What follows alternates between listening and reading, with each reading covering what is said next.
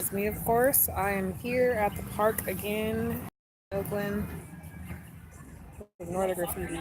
I want to talk to you guys today about the stabbing that occurred at MacArthur BART station and some of the media coverage that has been surfacing regarding the story. So far, what I have read is that they're labeling the incident as a random stabbing. It apparently occurred around 9:45 on the BART train. That there were two women, both were sisters, one was 18 and the other one was older. And they were both stabbed by some white guy. Apparently was described to be in his late 20s or early 30s, and either had blonde hair or something. He's not really trying to give too much descriptive details on what he looked like. We just know that he's white and he left the knife at MacArthur. For those of you who are unfamiliar with the land, I'm not sure what happened. I'm guessing I'm being observed by the YouTube police to make sure that what I'm talking about isn't too serious. But anyway, for those again who are unfamiliar with Oakland or that area in particular in Oakland, MacArthur BART is kind of the gateway to get around kind of the downtown Telegraph area. You can take a lot of different buses and shuttles from there. The hospital, Kaiser, and Summit, and Altabates are all within range of that specific BART station. They just built a relatively large parking lot, and also they're in the middle of constructing a new apartment development directly in front of the station. So there's literally only one street that is in front of the station, and then there's a side street because the station is underneath an overpass to a freeway. So there's not really that many ways that you can really access the area like that. Meaning, if someone did something,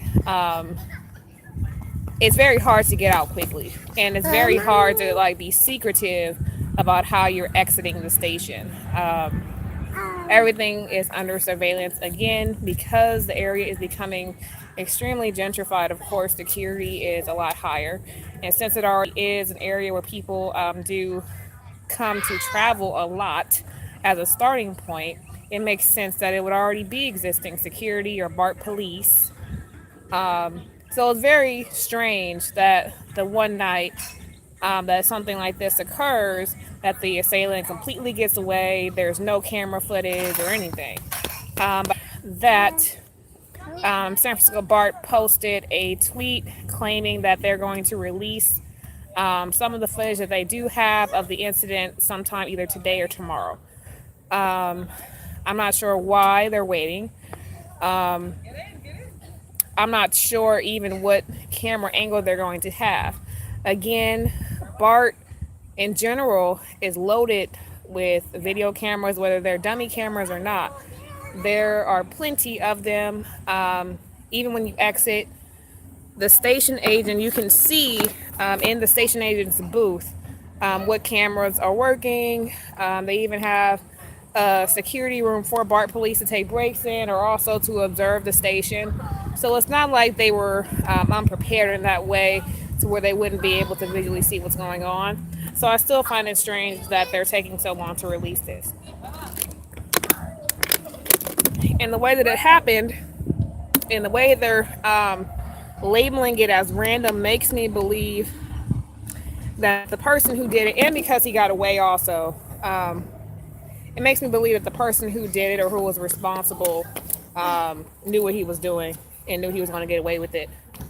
And the media simply labeling it as a random incident to avoid using the term racist incident.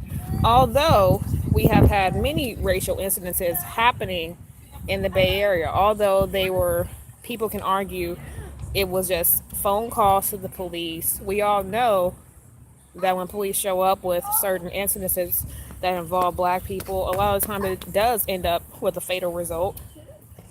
So you can't argue that those instances could end up with people dying. This week in San Francisco, A business owner was reported to the police multiple times, claiming that he was breaking into his own business even though he had a key to open up his business, yet people still insisted that they called the police on him anyway. There was the incident, of course, with the little girl selling water, the incident at Lake Merritt with people barbecuing.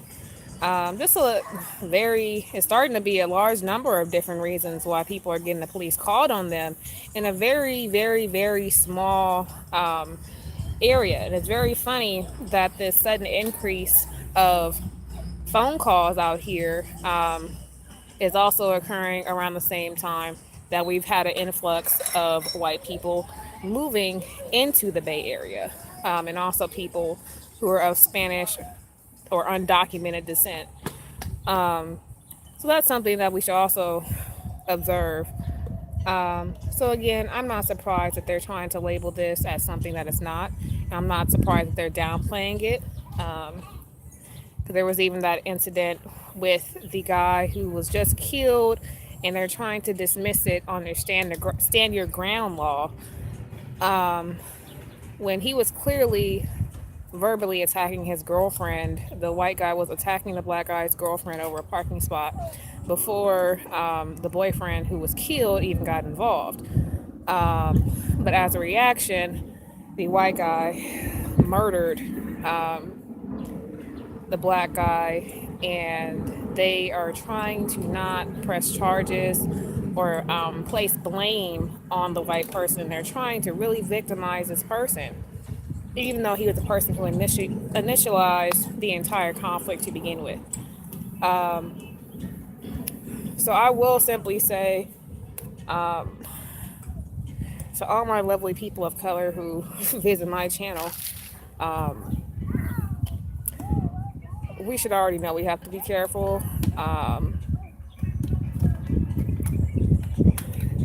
We did not go and see the new Purge.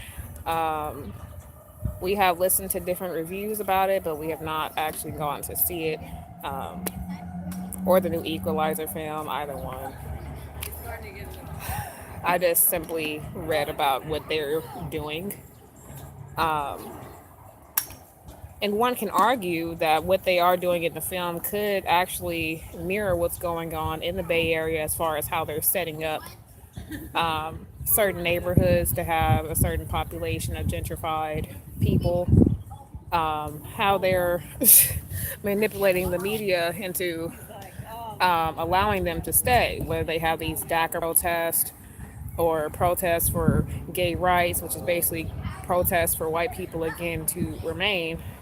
We have to be on the lookout for these kinds of things and not blindly agree to our demise.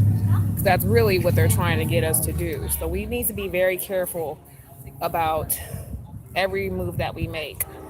Well, how did you like the movie Full Circle? 'Cause I didn't watch The Purge, the newest one. Again, I only read reviews on it and listened to different reviews, but I have not personally observed. But what I could take from what I've heard about the film is that it's just a warning for black people to be relatively careful of what's going on. But I would like to see The Purge one of these days. But my lovely little baby can't go. He's too scary. I don't want him to be worried. But yeah, it should be certainly a warning sign, I guess. The Purge should be a warning sign for people, or just simply a heads up. A nice little blueprint for us to, follow.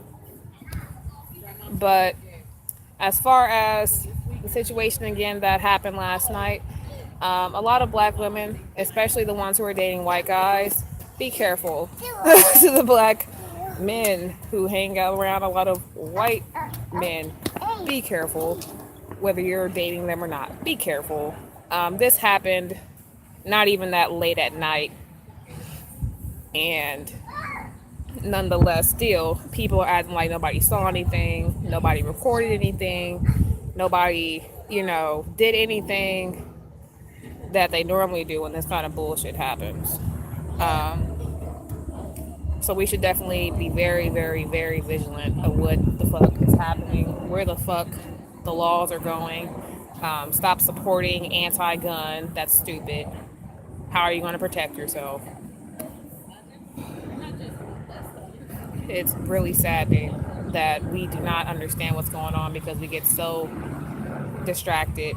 We need to stop dancing, start listening, observing, and paying the fuck attention to what the hell is going on. There's way too much. Yeah, I did hear about that there was that scene with an interracial couple being intimate outside and like a car rammed into them or something. And I guess I was supposed to be somehow related to the incident where the white woman was ran over at that protest that was supposed to be in support of black people. But then all that came of that was people memorializing and considering this lady a martyr. Just crazy. So, but that's that today. I'm going to post a little later, but I wanted to speak to you guys on this really quickly because this is a very serious topic that directly affects black people. They can keep on saying it affects Latinos or whatever, but they can wear contacts and change their hair color look just as white as the next white person. And they don't even identify as black or a person of color until it actually conveniences them. So be very, very, very careful of the word games that people play because it's very easy to fall into those kind of traps. But I'm out of here for now. I'm going to start posting later because there's a lot of different stories that I have to certainly discuss. But this was one that was relatively serious because 2 girls were almost murdered, not just one. And for them to play it off so quickly as it being nothing, I'm not going to be surprised. Come here, baby.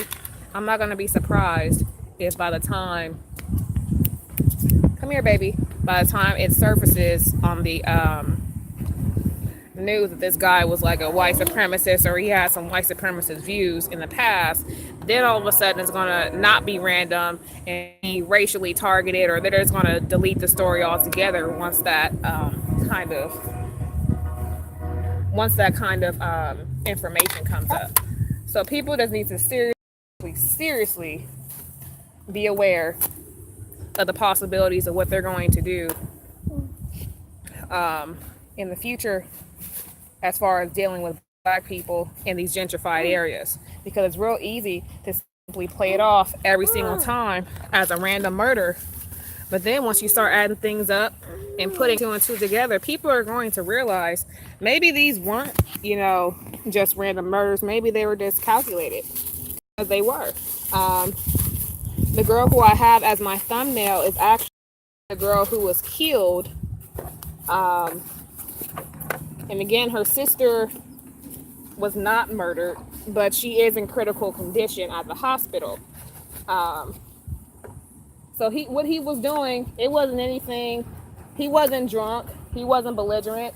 A lot of people even said that nobody was arguing prior to them being stabbed. There was no motivation, in other words, for this white guy to go up to these 2 black girls on the BART train and murder them.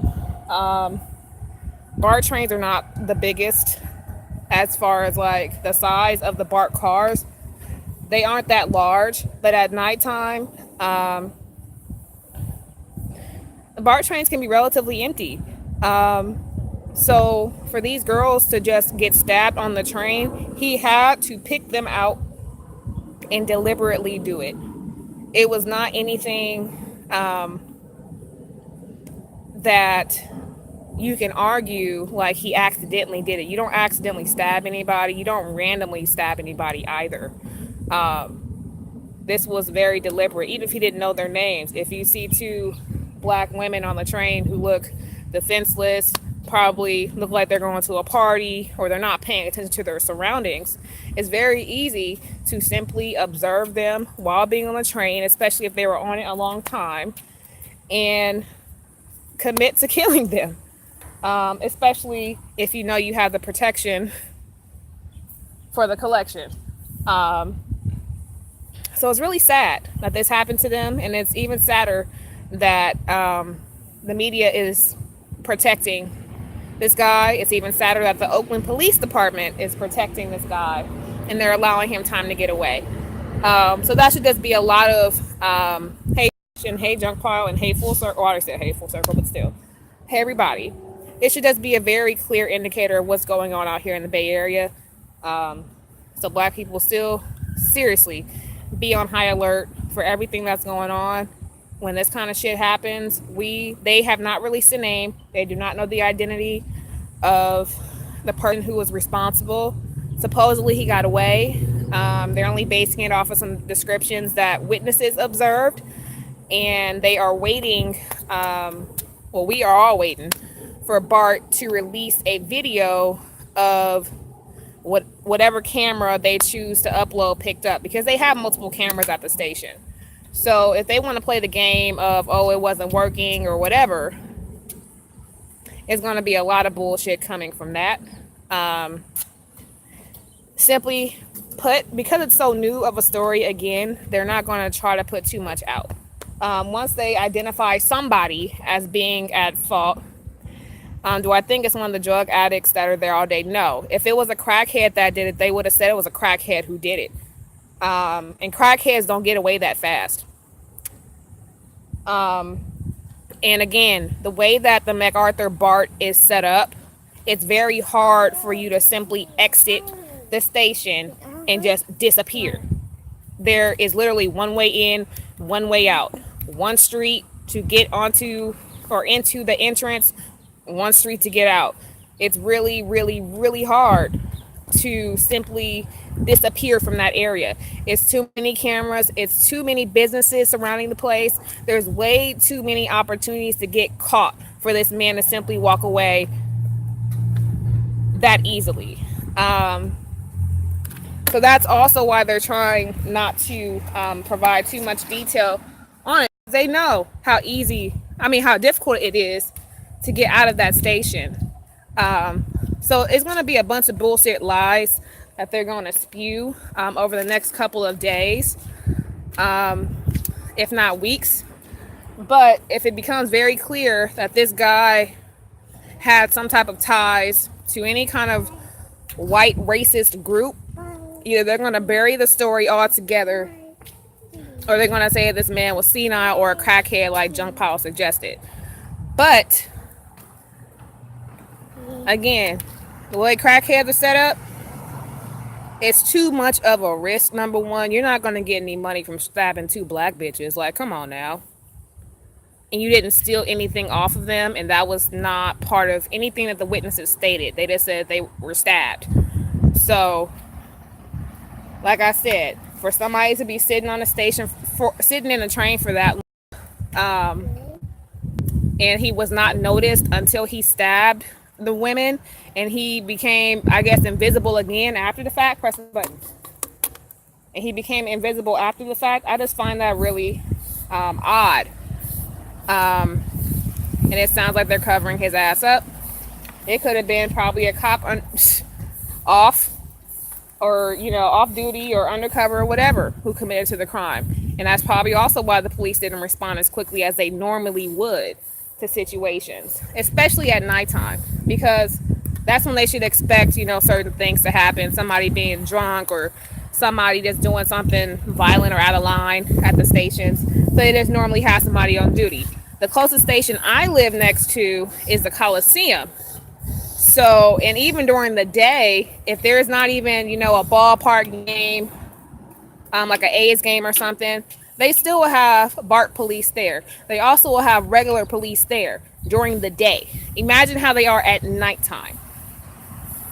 MacArthur is now a predominantly gentrified area. Before that, it was nothing but black people over there. But they changed that shit right on up.